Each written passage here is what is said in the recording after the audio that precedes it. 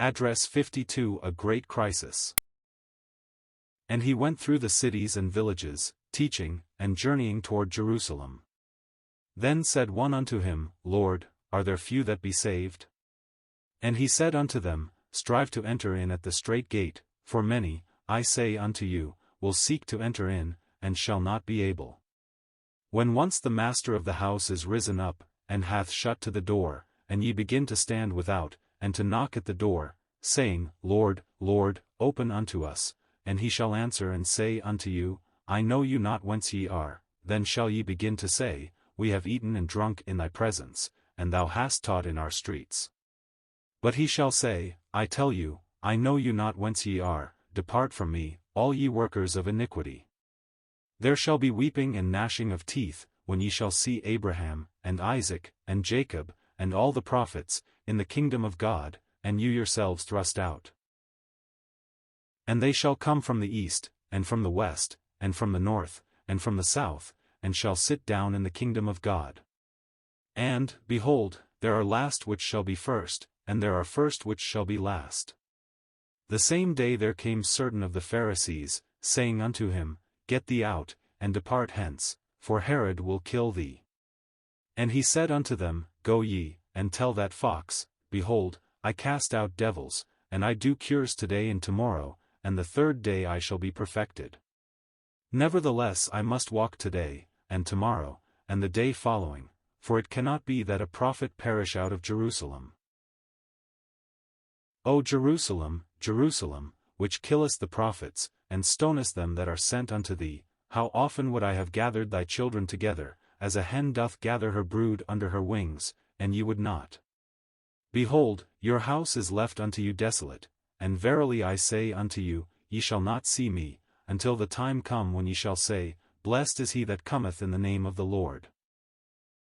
Luke 13 verses 22 to 35.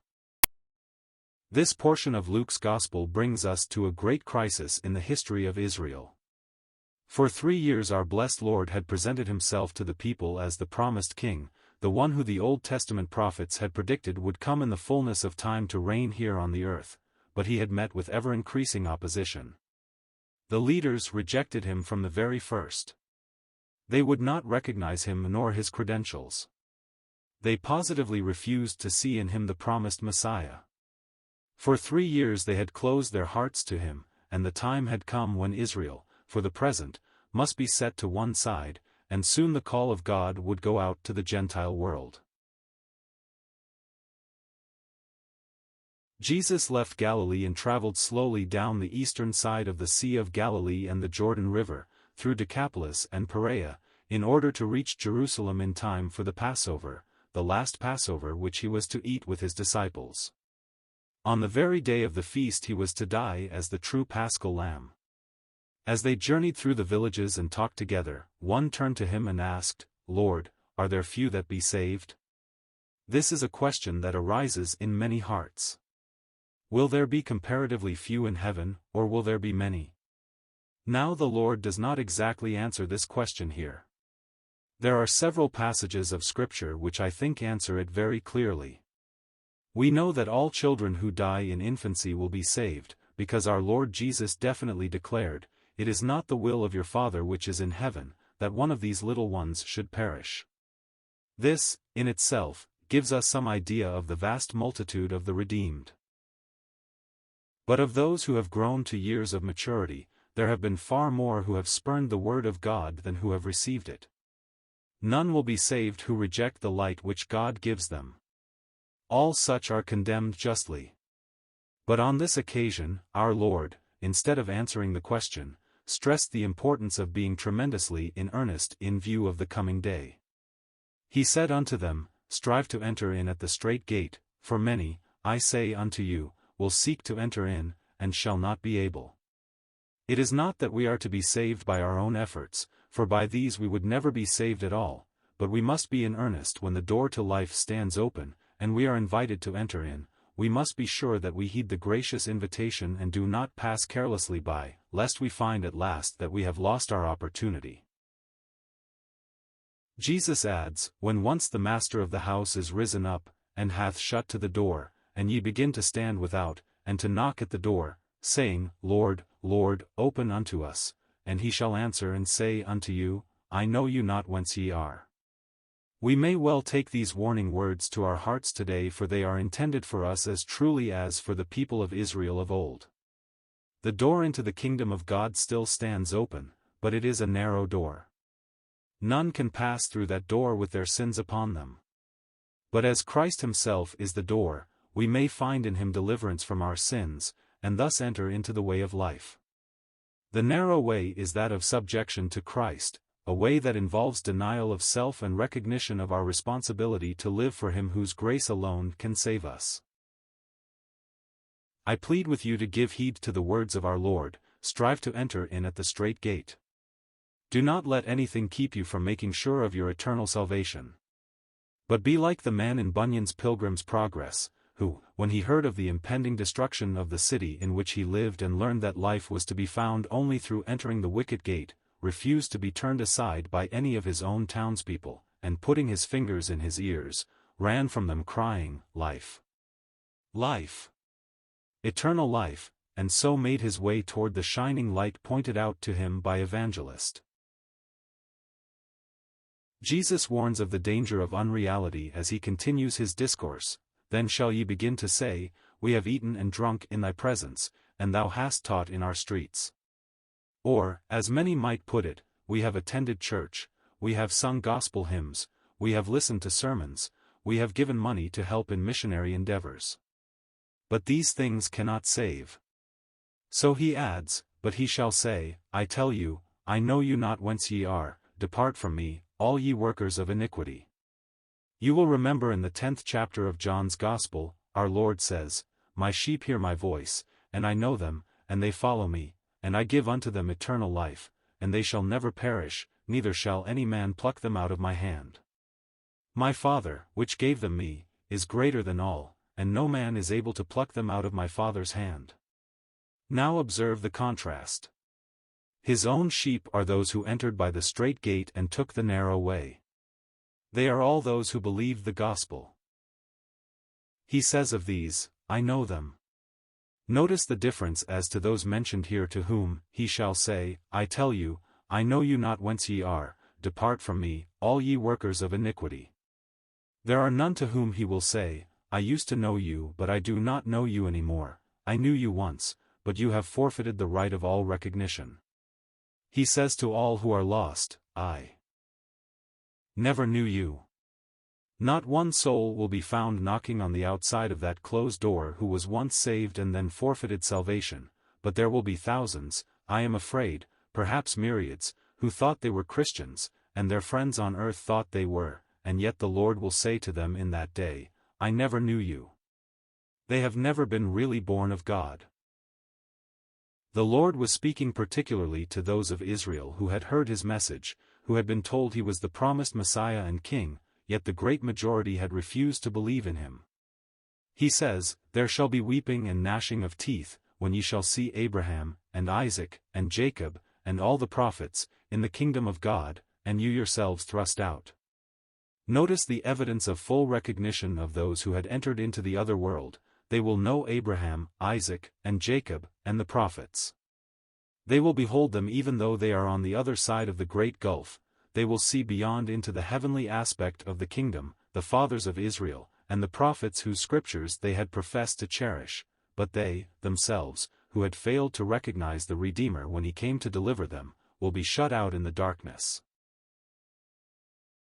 Oh, be warned lest the day come for you when you shall see in yonder glory, father, mother, friends, and dear ones who knew and loved Christ, yet you, yourself, be shut out because you did not receive the Savior. Receive him now if you have never received him before, even as these words ring in your ears. You need his blood to wash away your sins. Receive him now in faith. The moment you do so he receives you, and you pass through the strait gate. Israel had that opportunity but they lost it. They forfeited their privileges, therefore, the day drew near when they would be cast out and others would take their place. And they shall come from the east, and from the west, and from the north, and from the south, and shall sit down in the kingdom of God. There are millions from the Gentile world who have come in to appropriate and enjoy that which Israel despised. So we are told, and, behold, there are last which shall be first, and there are first which shall be last. Israel was first in God's plan for blessing, and now she is last. The same day there came certain of the Pharisees, saying unto him, Get thee out, and depart hence, for Herod will kill thee. They pretended to be interested in saving the life of our Lord, but they did not understand that no one could take it until he himself laid it down. Knowing all that was before him and perceiving their deceitful attitude, he said unto them, Go ye, and tell that fox, Behold, I cast out devils, and I do cures today and tomorrow, and the third day I shall be perfected. That is, perfected as to salvation. We read in the 2nd chapter of Hebrews that he who was ever perfect as to his character, was made perfect as the captain of our salvation by his death on the cross. He had set his face to go to Jerusalem and finish his testimony there, where he was to lay down his life for our redemption. As he thought of that city, the city that was privileged above every other city on earth but which knew not the time of its visitation, he cried, O Jerusalem, Jerusalem, which killest the prophets, and stonest them that are sent unto thee, how often would I have gathered thy children together, as a hen doth gather her brood under her wings, and ye would not. In these words he tells us the yearning that is in the heart of God, not only for Jerusalem and for the people of Israel, but for all men everywhere who turn carelessly and indifferently away from his message. From heaven his eye is downward bent, still glancing to and fro where'er in this wide wilderness, there roams a child of woe. And as the rebel chooses wrath, God wails his hapless lot, deep breathing from his heart of love, I would, but ye would not. If unsaved, I plead with you, do not hurt the heart of God by continuing to reject his Son. He loved you enough to give Christ to die for you. You could not insult him more than by spurning that gift, and saying, I am not interested in Christ. On the other hand, there is nothing you could do which would gladden the heart of God more than to say, I receive thy Son, I trust him now as my Saviour, I own him as my Lord. It is written, that if thou shalt confess with thy mouth the Lord Jesus, and shalt believe in thine heart that God hath raised him from the dead, thou shalt be saved. We have next the Lord's words directed to those who had spurned his testimony. With Israel it was final rejection. They did not realize that they had crossed the deadline. The Lord said, Behold, your house is left unto you desolate, and verily I say unto you, ye shall not see me, until the time come when ye shall say, Blessed is he that cometh in the name of the Lord. The crisis had been reached in God's dealing with Israel for that age. From that time on, as one may see by reading any of the Gospels, there was no attempt made to win the whole nation of Israel. They have closed the door upon themselves. So God gave them up to hardness of heart. Not until the Lord returns will the nation come to repentance. Ever since he said, Your house is left desolate, Israel has been set aside and is no longer in the place of a favored people. On the other hand, he offers deliverance to every individual Israelite who will turn to him and trust him. There is no difference, for all have sinned, and come short of the glory of God. There is no difference between Jew and Greek, for the same Lord over all is rich unto all who call upon him. In the book of Acts we see the Lord through Peter, pleading with the people of Israel to save themselves from that unrighteous generation by acknowledging the Savior whom the nation, as such, has repudiated. But the day of Israel's regeneration as a whole is deferred until the once rejected Jesus is manifested in glory, and they look upon him whom they pierced and bow in repentance at his feet.